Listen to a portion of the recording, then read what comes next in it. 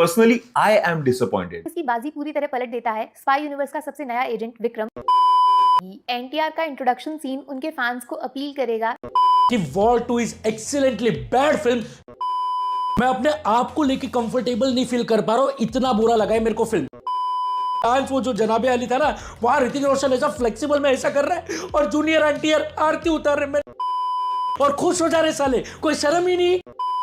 War 2 is intentionally made tortured film. Starting frame से हर बार कुछ ज्यादा ही करने की कोशिश की जा रही थी। तो जो क्लिप्स आपने अभी देखे ना, वो बहुत सारे बड़े बड़े यूट्यूबर्स के रिव्यूज थे वॉर 2 को लेके। तो चलिए आज ना इनकी पोल खोली जाए कि कैसे यही यूट्यूबर्स ना साउथ की बेकार बेकार फिल्में को बाप बाप बोल के देखते हैं और बॉलीवुड की फिल्मों को डिसअपॉइंटमेंट बोलते हैं। तो जब से वॉर 2 थिएटर्स में रिलीज हुई है ना, इस मूवी को बहुत सारे मिक्स्ड रिव्यूज मिल रहे हैं। जैसे की बहुत लोगों को ये पिक्चर पसंद आ रही है और बहुत लोगों को नहीं आ रही है, which is no doubt obvious, क्योंकि सबका अपना अपना ओपिनियन होता है। लेकिन आप अगर मुझसे पूछो ना, तो मूवी कहीं ना कहीं मुझे अच्छी ही लगी। मतलब कि अब देखो, गाली मत देना, आई नो मूवी एक्सपेक्टेशन पर अच्छे से नहीं उतर पाई। मूवी का वीएफएक्स बहुत ज्यादा खराब था, मूवी कहीं ना कहीं बहुत ज्यादा लंबी थी और कहीं से भी ना मूवी डिसअपॉइंटिंग तो बिल्कुल भी नहीं थी। तो चलिए मैं आप सभी को दिखाता हूँ कि इन यूट्यूबर्स ने पर्टिकुलरली वॉर 2 के बारे में क्या कहा है और फिर इन्हीं यूट्यूबर्स ने पुष्पा 2 जैसी मूवी के बारे में क्या कहा है। तो सबसे पहले अगर तरन आदर्श सर की बात करें, तो इन्होंने वॉर 2 को डिसअपॉइंटिंग कहा है और 1.5 स्टार रेटिंग दी है। और उन्होंने ये तक कहा है कि ये स्पाई यूनिवर्स की सबसे ज्यादा वीक फिल्म है। और वहीं दूसरी तरफ जब पुष्पा रिलीज हुई थी ना, तो उन्होंने उसे 4.5 स्टार दिए थे और उसके साथ उन्होंने इसे मेगा ब्लॉकबस्टर वगैरह वगैरह करके तारीफों के पुल बांध दिए थे। तो मैं ना इनसे बस एक ही चीज कहना चाहता हूँ कि सर आप बहुत बड़े क्रिटिक हो, आपको बहुत सारे लोग देखते हैं और आपके हिसाब से ये मूवी को जज करते हैं। तो प्लीज थोड़ा जेन्युइन रिव्यू दिया कीजिए। जो अच्छी फिल्म है उसे अच्छी बताइए, जो खराब फिल्म है उसे खराब बताइए और जो एवरेज फिल्म है उसे एवरेज ही बताइए। किसी को बढ़ा चढ़ा कर इसके हाइप के हिसाब से मत बताइए। तो अब बात करते हैं इनके बारे में। तो चलिए जरा सुन लेते हैं कि उन्होंने वॉर 2 को लेके क्या क्या कहा है। स्टार्टिंग फ्रेम से हर बार कुछ ज्यादा ही करने की कोशिश की जा रही थी। 20 लोग ऑटोमेटिक मशीन गन से गोलियां चला रहे हैं।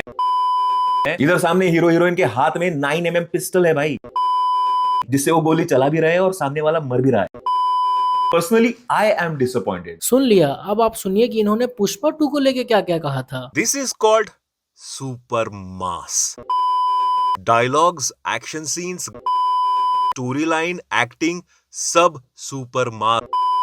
तो सुना आप लोगों ने, इन्होंने दोनों फिल्मों के लिए क्या क्या कहा था। और पुष्पा 2 जिसकी एंडिंग बहुत ही ज्यादा इलॉजिकल और सेंसलेस थी, उसकी तारीफ में इन्होंने वाओ ये वो मतलब क्या क्या नहीं कहा था। और वहीं वॉर 2 जिसका वीएफएक्स बहुत ज्यादा डाउन है, ये मैं एक्सेप्ट करता हूँ, लेकिन उन्होंने इस फिल्म को डिसअपॉइंटिंग कहा है। और तुम्हें पता है कि उन्होंने अयान मुखर्जी के डायरेक्शन तक पर बात की। नहीं सुना? सुनो सुनो उन्होंने क्या कहा, फिर मैं उसके ऊपर अपनी टिप्पणी दूंगा। वाटर बोट को एग्जॉस्ट लगा के उड़ा दिया भाई। अरे भैया आप ही बताइए कि जब इसकी स्टोरी लिखा चुकी है तो इसमें डायरेक्टर क्या कर सकता है। जो भी स्टूडियो की तरफ से डिमांड है वो चुपचाप डिलीवर करके दे रहा। और मुझे कहीं ना कहीं इनकी डायरेक्शन ना अच्छी ही लगी थी। मतलब कि शॉर्ट्स को दिखाने का तरीका कहीं ना कहीं थोड़ा सा ज्यादा इंगेजिंग था, जिसके कारण ये मूवी थोड़ी स्टाइलिश तो बनी ही थी। उसके बाद ना इन्होंने अपने रिव्यू में ये कहा, सुनो। 20 लोग ऑटोमेटिक मशीन गन से गोलियां चला रहे हैं। इधर सामने हीरो हीरोइन के हाथ में 9mm पिस्टल है भाई, जिससे वो गोली चला भी रहे हैं और सामने वाला मर भी रहा है और इनको एक भी गोली नहीं। अरे भाई फिर से वही बात, मास मसाला एक्शन मूवी में आप लॉजिक क्यों खोज रहे हो? अगर आपको लॉजिक ही खोजनी थी तो पुष्पा 2 के एंडिंग में आपकी लॉजिक कहाँ चली गई? वहीं हमें पुष्पा 2 के एंडिंग में देखने को मिला था कि एक इंसान के हाथ पैर बांध दिए गए, फिर भी वो 25-30 आदमियों को मार दिया। इस चीज में कहाँ से लॉजिक लाओगे आप? और मैं सिर्फ इनके वीडियोस को देखकर नहीं कह रहा हूँ, इनके पुष्पा 2 के रिव्यू के नीचे ना पब्लिक ने क्या कमेंट किया तुम खुद देखो। वहाँ पर मैं नहीं बल्कि कई सारे लोग कह रहे कि भैया आपको सच्चा रिव्यू देना चाहिए था, हम आपसे गुड बैड सब चीज एक्सपेक्ट करते हैं, तो आपको सारी चीजें सही सही बतानी चाहिए थी वगैरह वगैरह। और अगर थोड़ा सा समय और पीछे जाए ना, तो इन्होंने आदि पुरुष के रिव्यू के समय सारी बस पॉजिटिव बातें कही थी और इनके हिसाब से मूवी में एक भी नेगेटिव चीजें नहीं थी, बल्कि आप और मैं सब अच्छे से जान रहे कि आदि पुरुष कैसी पिक्चर थी। और उस समय तो इन पे एलिगेशन भी लगे थे कि शायद इन्होंने कुछ लिया दिया है, बाकी हमें क्या पता क्या किया नहीं किया। बाकी इस बातों में क्या झूठ है क्या सच मुझे नहीं पता, पर मैं एक बात तुम्हें जरूर बताना चाहता हूँ कि मैं ना इस वीडियो से पहले ना हर वीडियो में योगी भाई को टैग करता था, क्योंकि वो ना मेरे one of the favourite YouTubers थे जो मूवी रिव्यू दिया करते थे। पर वॉर 2 के रिव्यू के बाद मुझे उनका कंटेंट देखना नहीं पसंद है, तो इसीलिए अब मैं इस वीडियो से और इसके आगे वाले वीडियो से कभी भी उन्हें टैग या फिर उनका हैशटैग नहीं यूज करूंगा। तो अब आते हैं अपने सेकंड सबसे महान आदमी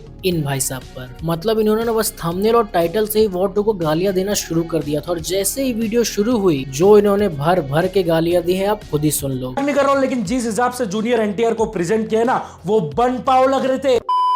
लेकिन जूनियर एनटीआर, मैं कोई मजाक नहीं कर रहा हूं, वो नाला सोपारा से लगते। कि war 2 is excellently bad film. मैं अपने आप को लेके कंफर्टेबल नहीं फील कर पा रहा हूं, इतना बुरा लगा है मेरे को फिल्म।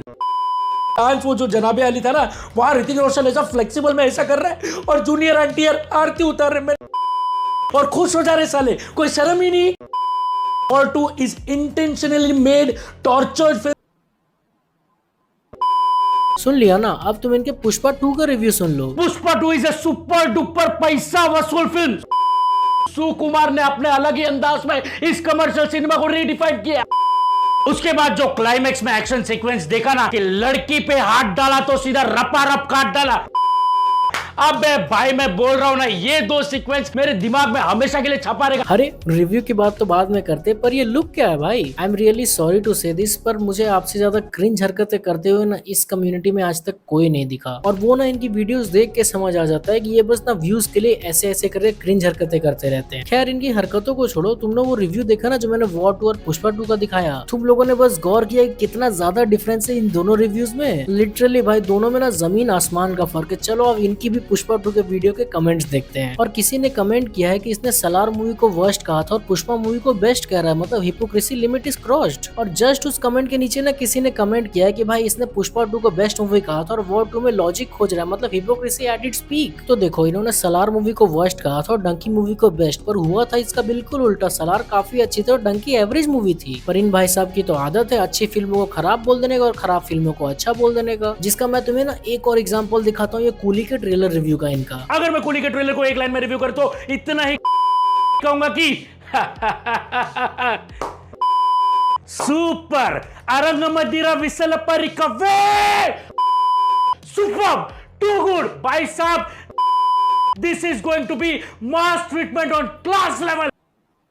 देखा आप लोगों ने कि इस भाई साहब ने कितना ज्यादा हाइप किया था कूली के ट्रेलर को। और मैं आपको सच सच बता दे रहा हूँ, उस ट्रेलर में कहीं भी एक भी ऐसा सीन नहीं था, लाइक लिटरली एक भी ऐसा सीन नहीं था जिसे देखकर ना एकदम ऑडियंस पागल हो जाए कि भाई मुझे पिक्चर अभी देखनी है, क्या सीन दिखा दिया, वाव ये वो, मुझे अभी के अभी पिक्चर देखनी है। ऐसा कोई भी सीन नहीं था जो एक्साइटमेंट उस लेवल का ले जाए। फिर भी इन्होंने ट्रेलर रिव्यू में ये सब कहा। भाई देखिए मेरा यही कहना है कि थोड़ा नॉर्मल होकर वीडियो बनाइए और अच्छी मूवी को अच्छी बोलिए, खराब को खराब बोलिए। तो अब बात करते हैं अपने सबसे महान इस दीदी के बारे में। ये हर बॉलीवुड मूवी को बहुत ज्यादा बकवास कहते रहती है और हर साउथ मूवी को ऐसे ट्रीट करती है जैसे सारी साउथ पिक्चर्स राजामौली ने बनाई है। मतलब यार दीदी मैं आपको ही बता दूं कि साउथ की ना 5 से 10 फिल्में होती है जो पूरे साल में पूरे देश के लोग देखते हैं, और वहाँ पर भी ना सक्सेस रेट 2 से 4% है पूरी इंडस्ट्री के मूवीज का। जिसका मतलब है कि जितनी मूवीज यहाँ बॉलीवुड फ्लॉप हो रही है ना, उससे ज्यादा मूवीज साउथ में फ्लॉप हो रही है। पर ये बात इन दीदी को कौन समझाए, क्योंकि इनके हिसाब से तो बॉलीवुड की सारी मूवीज टट्टी होती है और फिर साउथ की सारी मूवीज मास्टरपीस होती है। तो अब आते हैं वॉर 2 वाले टॉपिक पर। तो इन दीदी ने ना वॉर 2 के लिए बहुत सारी अच्छी बातें कही थी अपनी वीडियो में, लेकिन वीडियो के एंड में ना वॉर 2 को बस 2 स्टार दिए थे। और वहीं अगर फिर से पुष्पा 2 की बात की जाए तो वापस आप सुन लीजिए कि उन्होंने पुष्पा 2 के लिए क्या कहा था। यहाँ पे कुछ लोगों को मौका मिलेगा केजीएफ की तरह पुष्पा को ट्रोल करने का। लॉजिक वर्सेस सिनेमा का टॉपिक वापस खोल देंगे, लेकिन वो क्या जाने फिल्म को फेस्टिवल में ऐसे ही बदला जाता है। अब इनके बिना मैं तुम्हें कमेंट्स दिखाता हूँ उसी पुष्पा 2 के रिव्यू के नीचे। तो किसी ने कमेंट किया है कि सिर्फ एक बात कहना चाहूंगा कि यही पिक्चर अगर बॉलीवुड बनाता तो इनका कुछ और ही कहना रहता।